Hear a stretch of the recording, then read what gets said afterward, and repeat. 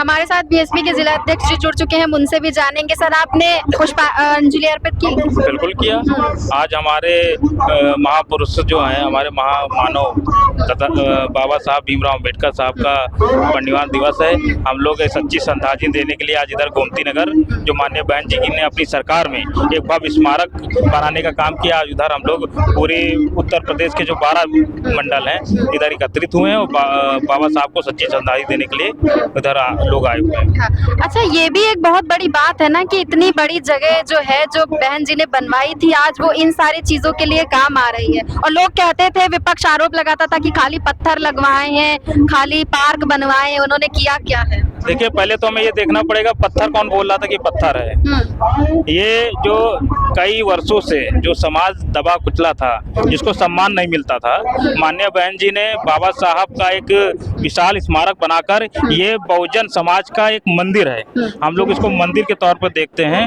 और यहाँ पे हम लोग साल में 2 कार्यक्रम करते हैं और बाकी जो बाबा साहब की आस्था को मानने वाले लोग हैं, यहाँ लगातार देखिए परमानेंट भीड़ बढ़ती जा रही है, क्योंकि बाबा साहब की विचारधारा देश क्या विश्व में भी लोग बाबा साहब को मानते हैं, उनकी अनुयायी हैं, करोड़ों लाखों में अनुयायी हैं, सब लोग आते हैं। और आज जो खास दिन है, आज हमारे बीच में बाबा साहब गए थे, लेकिन बाबा साहब ने जो समाज के लिए किया, बहुजन समाज के लिए, वो समाज कभी भूलेगा नहीं। और उनकी जो दिखाई हुई रास्ता है, उस रास्ता पे बहुजन समाज चलेगा और उसी रास्ता पे बहुजन समाज पार्टी की जो नीति रीत है, बहुजन समाज पार्टी स्थापित है। और बाबा साहब के द्वारा जो दिए गए संविधान में, जो तहत कानून में दिए गए हैं, और बाबा साहब बहन जी की जब सरकार बनी तो बहन जी ने संविधान के तहत जो भी शेड्यूल कास्ट हो, बैकवर्ड हो, अपर कास्ट में जो भी सुविधाएं दी गई हैं, वो माननीय बहन जी ने उसको लागू कराने का काम किया है।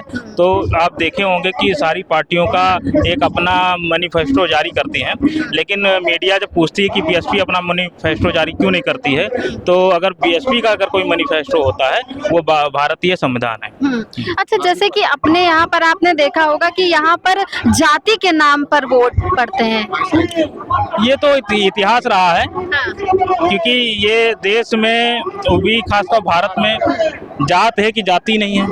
लोग चुनाव जब आता है तो बहुत सारी पार्टियां और बहुत सारे जो सामाजिक उनके दल होते हैं, जैसे आरएसएस और बीजेपी है, चुनाव के समय तो हम लोग को हिंदू बनाने का काम करती है, लेकिन जैसे चुनाव वो जीतती है, चुनाव जीतने के बाद वो जातियों में फिर बांटने का काम करती है। वो दिखाती है कि आप दलित हैं, आप पासी हैं, आप चमार हैं, आप धोबी हैं, आप धानुक हैं, कोरी हैं, फिर वो एहसास कराते हैं कि आप क्या हैं और क्या थे।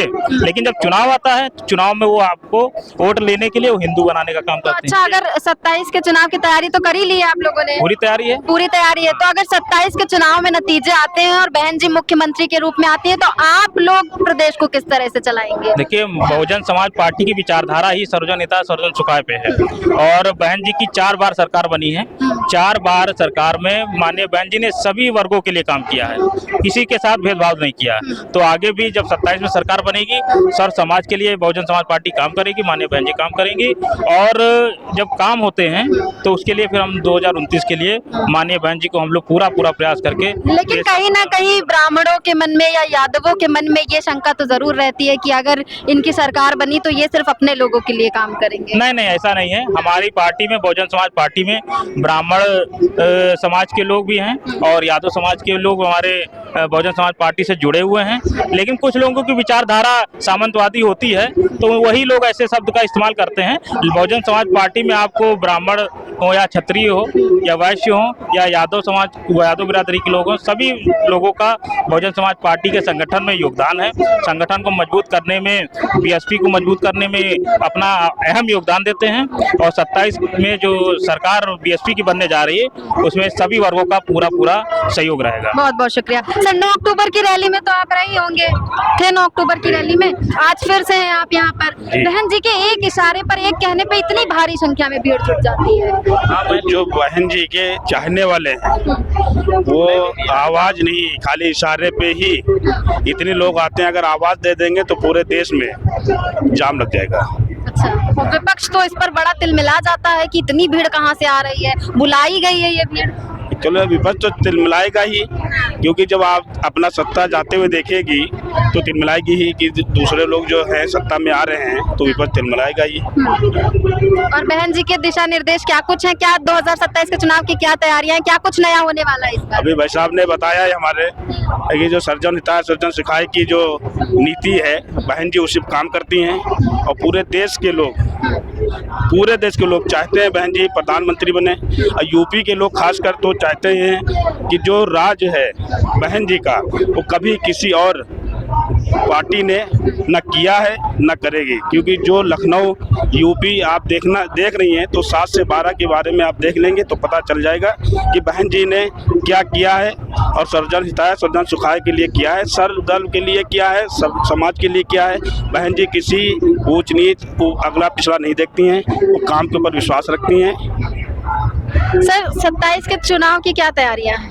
27 में हम निश्चित तौर पे हम लोग पूर्ण बहुमत की सरकार बनाएंगे। जिस प्रकार से माननीय बहन जी ने 9 अक्टूबर को ये विपक्ष को बताने का काम किया कि आज तक उत्तर प्रदेश नहीं पूरे भारत में आप चाहे विपक्ष की जो भी लोग सरकार में हैं उनकी रैलियां देखी होंगी, बहन जी के एक इशारे पर इतना भीड़ हो जाना ये बहुत बड़ी बात है।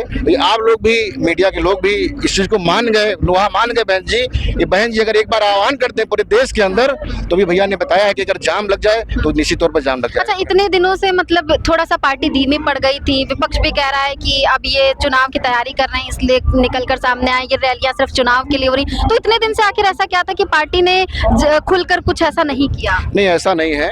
पार्टी ने हमेशा खुल के जो है कार्य किया। हमारे माननीय प्रदेश अध्यक्ष जी, हमारे जिले के क्वाइंटर लोग, हमारे जिला के अध्यक्ष लोग हमेशा बूथ पूजा करके मजबूत करने का काम किया, तभी इतना 9 तारीख को हम लोग भीड़ इकट्ठा कर पाए। क्या ये जो 9 तारीख में इतने बड़े स्तर पे लोग इकट्ठा हो गए थे, उसी की वजह से ये लोग ऐसी बातें कर रहे हैं? हाँ, ये जानिए वो बौखलाहट है, ये विपक्ष की बौखलाहट है। और वो जान रहे हैं कि हमसे सत्ता पूरी तरीके से छीनी जा रही है।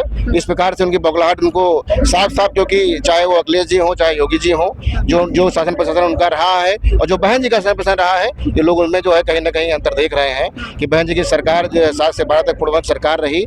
और खास तौर से बहन जी ने सर्व समाज के लोगों के लिए बहन जी ने काम किया है।